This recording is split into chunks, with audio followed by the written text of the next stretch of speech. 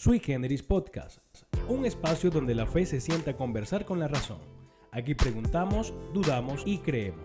Exploramos lo divino y lo humano en busca de nuevas formas de entendernos.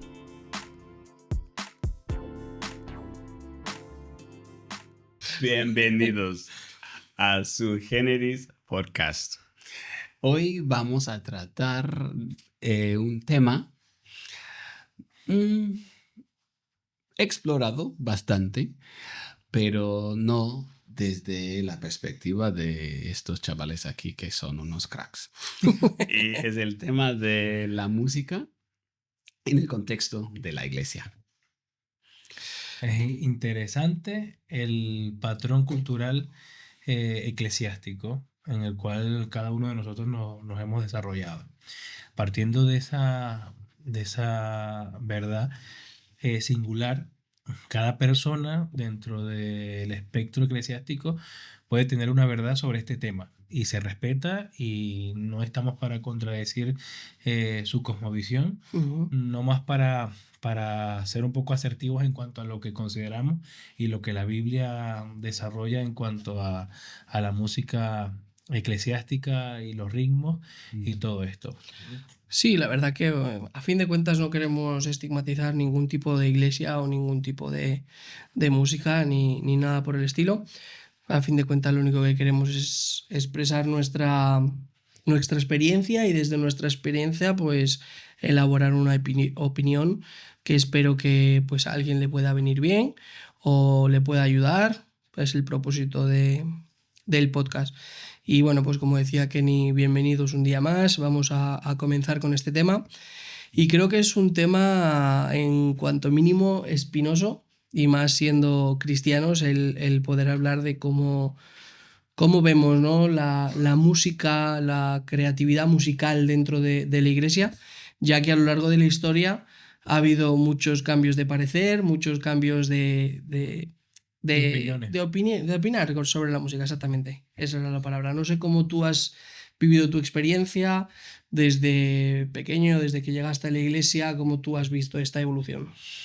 Pues yo crecí en la iglesia bautista. Uh-huh. En el sur de los Estados Unidos.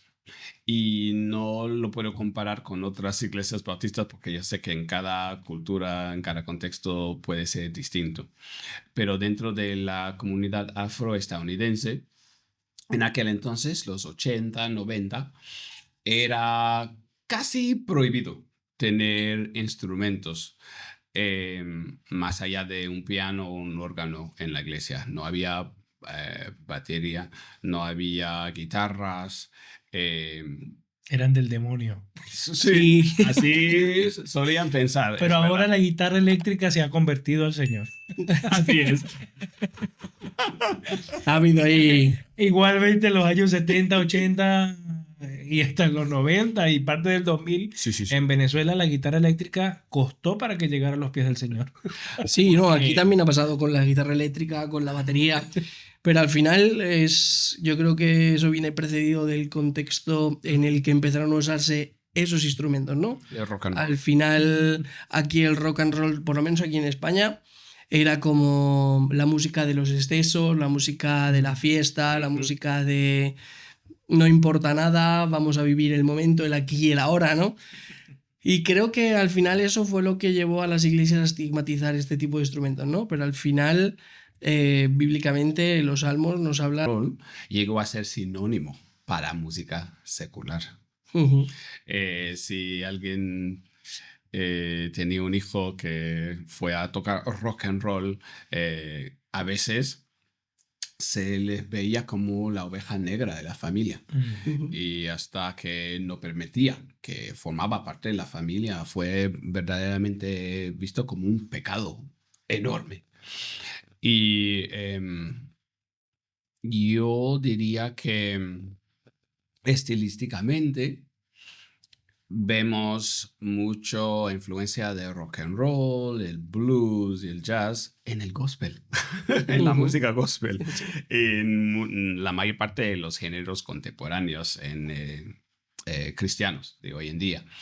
Así que por cambios o la evolución, mejor dicho, de la opinión de la mayor parte de los cristianos al respecto es lo que ha permitido que mm, podemos usar esos instrumentos hoy en día en las iglesias. Me llama la atención sobre el aspecto cultural americano, ¿no? Ujú. Y el resurgir del gospel como música protesta en la época esclavista. Hay tantas historias, me he visto tantas películas, soy amante del gospel y para mí es una música espectacular, los ritmos, la manera de la voz. O sea, para mí ir a una iglesia gospel es uno de mis sueños y quisiera ir en algún momento. Pero veía tantas historias de esas primeras épocas del cristianismo, en medio de la esclavitud, cuando todas esas personas discriminadas por color eran prácticamente desplazadas, esclavas, y prácticamente tenían momentos de reunirse y se reunían para cantar. Y cantaban al Señor y era una música como que de protesta, como que libéranos de la esclavitud, libéranos de este yugo, y era un yugo humano, Ujú. pero ya habían sido liberados del yugo espiritual. Entonces, ese resurgir y tu camino en la música gospel, ¿cómo ha impactado o consideras que haya impactado musicalmente tu entorno? Wow, qué profunda pregunta. Personalmente, cuando uno canta gospel en el contexto afroestadounidense, Ujú, es importante sentir lo que ujú, estás cantando. Es lo que destaca el gospel de otros géneros musicales. Pero también vemos esas características en el blues, en el soul, ujú. en rhythm and blues, en muchos géneros de origen afroestadounidense. Em, para mí personalmente, eso me ha permitido em, ser honesto, no solo en mi diario vivir, pero mientras estoy alabando. Mm. Eh, abordar una canción con sinceridad y estudiar la letra para ver cómo podría conectar esa realidad con la mía. Bien, es decir, que tu entorno, eh, al desarrollar música gospel como tal, ha hecho de que tu vida crezca en las dimensiones de la honestidad, de la sinceridad, del amor al prójimo, de todo ello, ¿no? Y Sí. el panorama ahora cuando pasamos de gospel a música de adoración a nivel de iglesia, porque obviamente podemos considerar que el gospel se usa como adoración de iglesia, pero es un ritmo como tal que tiene sus tonalidades, tiene la manera de expresar la voz y todo eso. Pero pasando ahora al entorno más moderno, en cuanto a adoración de iglesia. Realmente lo que hacemos hoy en día en iglesia lo podemos categorizar como adoración o simplemente como música, porque estamos hablando que el término adoración viene más dado hacia esa exaltación hacia una deidad, ¿no? Y el Ujú. término hebreo para adoración es proscuneo, Ujú. que significa rendición Sí. total. Entonces, esa rendición total es sujeción, es entender que hay un soberano por encima de ti, que hay alguien que está por encima de ti, es prácticamente decir, estoy bajo autoridad. Entonces, la adoración como término No es musical. no es musical, ¿no? Es intencional. Entonces es intencional, tiene un sentido más de mi relación hacia alguien. Ujú. Ujú. Lo que canto expresa sonidos, expresa adoración hacia ese ente, Así pero es. realmente Ujú. adoración no es música entonces. No, es la Eso, vida eso, entera. eso me encanta. Eso me encanta porque siempre cuando vamos a la iglesia pensamos que vamos a adorar a Dios. Pero realmente la adoración a Dios ya comienza en tu manera de agradar a Dios. Es Así decir, es. yo Ujú. puedo adorar a Dios cuando me levanto y agradezco. Puedo adorar a Dios cuando en mi trabajo la gente que me escucha y que me ve, mis actitudes, mis palabras son consecuentes con lo que hago. Es decir, que Amén. ya eso es adoración, porque tengo un proscuneo continuo, es decir, una rendición continua hacia ese ente Ujú. al cual le debo adoración. Alabar Ya sería entonces el término diferente, ¿no? Así es. Procuseo, rendición y adoración y alabanza. Entonces hay una diferencia entre adoración y alabanza. La Biblia dice que, que todo pueblo, lengua y nación confiese que Jesús es el Señor. Es decir, pueblos todos, alabad a Jehová. Es decir, Ujú. todos pueden alabar, pero no todos adoran. ¿Qué te parece eso? Es verdad. O sea, Eh, todos pueden cantar, todos pueden ejecutar un instrumento, todos pueden musicalmente estudiar en un conservatorio e ir a la iglesia y tocar, pero ujú, no todos tocan. Y eso me hace recordar la mujer del flujo de sangre mm, que primero la intención nació en su corazón, porque ella dijo, si tan solo tocar el borde Ujú. de su manto, es decir, que ujú. ella en su mente ya había sido transformada en pensamiento. Sin tan solo tocar el borde de su manto, seré sana. Es decir, la intención nace primero en el corazón y luego que toca se ejecuta el milagro en ella. Sí. Entonces, muchos le tocaban, los discípulos dijeron, pero ¿cómo vas a decir que quién me ha tocado si muchos, la multitud se agolpa sobre ti, todos te están tocando? Y él dijo, porque poder salió de mí. Y de allí es donde yo creé una frase una vez que todos pueden tocar, pero no todos reciben. Y la alabanza y la adoración es igual.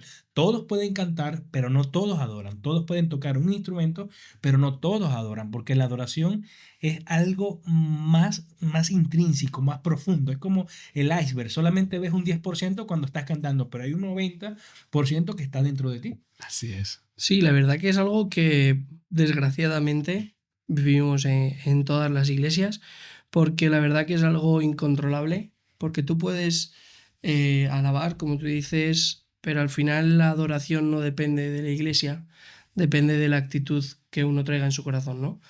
Entonces es muy complicado el que todo el mundo en la iglesia adore, y si estamos en ese punto, entonces también estaríamos cometiendo un error, porque no hay gente que estemos llevando a la cruz. Exacto. Entonces, la iglesia siempre va a estar comprendida entre dos tipos de personas, que son aquellas personas que han conocido a Dios, han entregado su vida a Dios, han rendido su vida a Dios y saben de la importancia que es ir y postrarse delante de Dios reconociendo realmente todo lo que le ha hecho por nosotros y vivir una vida de santificación, que es lo que al final te lleva a adorar a Dios.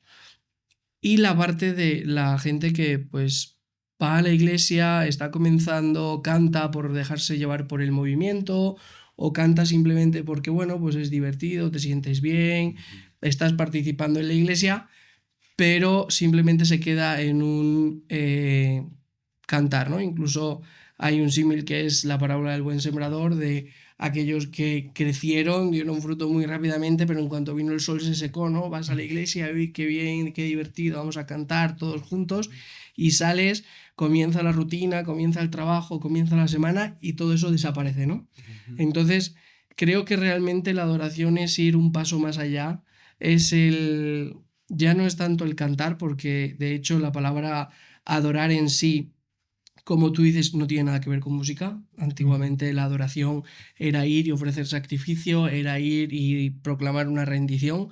Y la alabanza, pues sí, realmente es participar o cantar alabanzas, cantar hechos de Dios, cantar lo que Dios ha hecho en nuestra vida, o simplemente canciones que impliquen a Dios.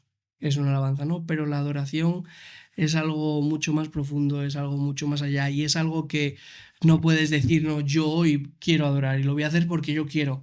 No, realmente es una condición del corazón, es algo que nace desde lo más profundo del ser, del alma, y al final hay un versículo que dice que Dios busca verdaderos adoradores, ¿no? Ujú. No busca gente que cante, no busca gente que pues vaya a la iglesia y diga ser cristiano. Entonces, sino busca ese real adoración, esa real rendición delante de la cruz, ¿no? No sé si tú ves de la misma manera este modo de iglesia, ¿no? Sí, y la última parte de ese versículo, que adoran en espíritu y en verdad. Yo creo que a medida que vas aprendiendo más de la palabra, más de Dios, más de su carácter, vas a enamorarte más, vas a acercarte más a Él, vas a em, rendir más y más de tu ser, de tu mente, de tu corazón a Él. Y ese es el proceso de, claro, santificación, pero también adoración. Y por tanto, yo creo que las iglesias deberían enseñar esos principios de cómo acercarse a Dios, cómo, qué es adorar. No es simplemente cantar una canción Ujú. etiquetada Claro. comercialmente, adoración, porque es una etiqueta comercial hoy en día, lamentablemente. Em, y también em, distinguir las varias clases de canciones de alabanza, porque hay cánticos espirituales, himnos, hay 3 o 4 mencionados en Ujú. el Mm. Nuevo Testamento. Y esas canciones tienen finalidades distintas. Pero la adoración es la vida entera de la persona. Temerle a Dios, adorar, respetar, venerar y en cada aspecto de la vida, Ujú. no solo mientras estás cantando. Yo creo que Jesús vino a confrontar el sistema de adoración que estaba en su cultura, porque los griegos tenían una manera de adoración, pero era esnóbica, era hacia sí mismo. Es decir, una adoración, el culto al cuerpo, el culto a personalidades que habían creado dentro de su mitología. Luego los romanos, esa influencia grecorromana también influyendo en la cultura judía como tal. Y ese texto que es uno de los que expresa mayor sentido en cuanto a la adoración, que vendrá el tiempo en que verdaderos adoradores adorarán en espíritu y en verdad. Jesús está hablando con una samaritana.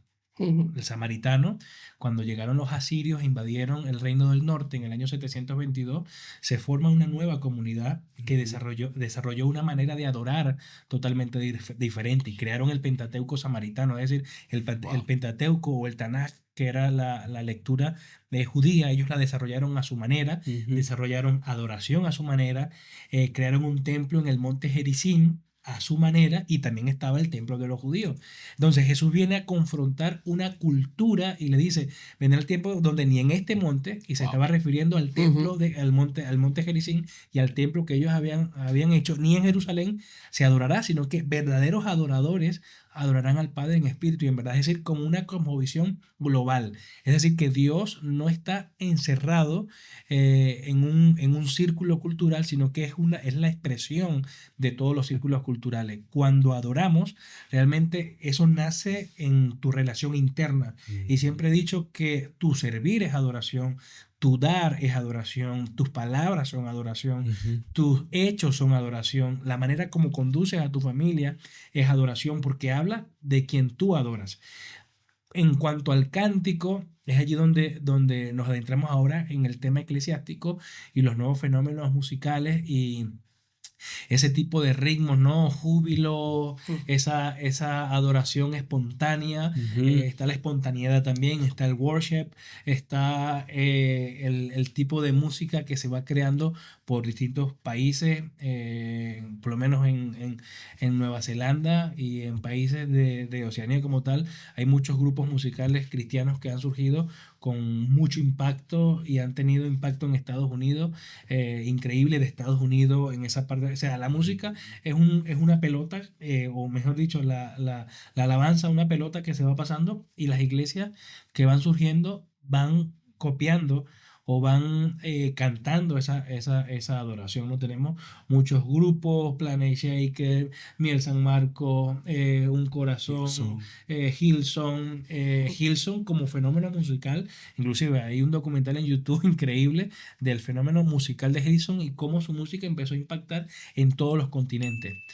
¿Cómo las iglesias hoy en día pueden abordar de manera lógica, de manera consciente, de manera razonable, qué tipo de letra, qué tipo de ritmo ejecutar en las congregaciones? Porque si ya sacamos el tema de adoración, ya sabemos que adoración no es música necesariamente, sino que la música es una manera de adorar.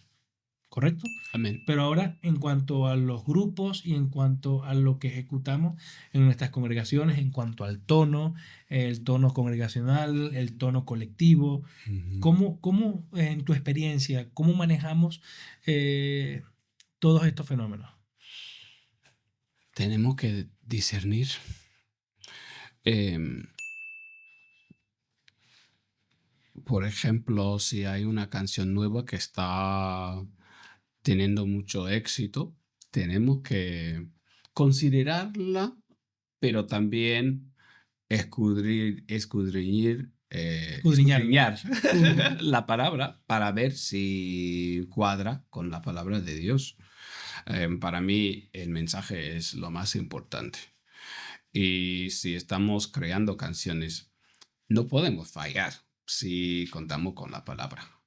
Es que la palabra no falla y es duradera, es para siempre. Entonces, si nos enfocamos en utilizar letras basadas en las escrituras. Ujú. Sí, yo también, Bien. algo que hemos comentado en uno de los capítulos anteriores, y creo que es importante recalcarlo también, es tener en cuenta el contexto cultural de los ritmos que usamos conforme con la gente que tenemos en la iglesia. Porque a ti te puede parecer muy bonito un ritmo, pero igual hay a cierta parte de la congregación que les está sirviendo mal o que no les viene bien. Entonces, la verdad es que es un tema muy complicado, es un tema muy difícil porque como iglesia es algo ultra complicado el prestar atención a cada uno de los miembros de la congregación, ¿no? ¿Verdad? Pero pues ahí entra en juego pues lo que tú decías, el discernimiento del Espíritu Santo de pues al final es orar, buscar de Dios, buscar que lo que se canta, que tenga que ver con la Biblia, que tenga que estar ceñido a la palabra de Dios. No todas las canciones valen, porque hoy en día hay mucha afluencia de cantantes o canciones que directamente omiten la palabra Dios y la palabra Jesús, y tú ahí podrías poner el nombre de cualquier mujer y cuadraría, y seguiría pasando. De hecho, hace poco una canción que se pegó muchísimo que se llama Si no estás, que pegó muchísimo y la gente decía, no, es que puede ser cristiana, porque si le pones la palabra Dios, toda la canción cuadra, pero si pones la palabra de tu amiga o de tu novia o de tu mujer, También cuadra. cuadra. O sea, entonces no todo vale, todo tiene que ser examinado bajo la luz de la palabra y todo tiene que ser estrictamente medido, ¿no? De qué cosas sí se pueden permitir dentro de una iglesia y qué cosas no podemos estar permitiendo dentro de una iglesia. O sea, es como algo así muy exagerado el poder cantar una canción secular dentro de un culto, ¿no? Es que no tiene nada que ver. Entonces al final hay Pero que... ocurre. Sí, la cosa es que ocurre. ¿En qué lugar se enamoró de ti? Sí, o sea, hay iglesias en las que ocurre y creo que es un error muy grande porque estamos mezclando algo muy, muy peligroso, ¿no? El todo vale, que hoy en día en las iglesias, pues por desgracia en muchas se lleva el no, pues todo está permitido, todo vale, el todo me es lícito, pero la parte del no todo conviene Lo omitimos. la omitimos porque no nos interesa o porque no es... Y es un poco también lo que yo te pregunté en otro capítulo, ¿no? Que hay muchas iglesias que, bueno, que está ahora de moda el rap. Pues vamos a incluir el rap dentro de la iglesia solo por atraer más gente. O sea, al final Dios es Dios y Dios va a conseguir atraer a la gente de su mejor manera. Obviamente no quiero decir que sea una mala forma de hacerlo. Si Dios te ha llevado a usar ese ritmo para conseguir atraer gente, pues Dios tendrá un plan con ello. Ahora no podemos, bueno, pues porque ahora ha salido el reggaetón, vamos a cantar reggaetón. Mañana se pone de moda la salsa, cantamos salsa. O sea, tiene que haber una base de, bueno, pues realmente cantamos esta serie de canciones por esto, con una convicción, con un fundamento, ¿no? Creo que es lo más importante, el que todo lo que hagamos dentro de la iglesia esté fundado y estructurado según la palabra de Dios. Sí.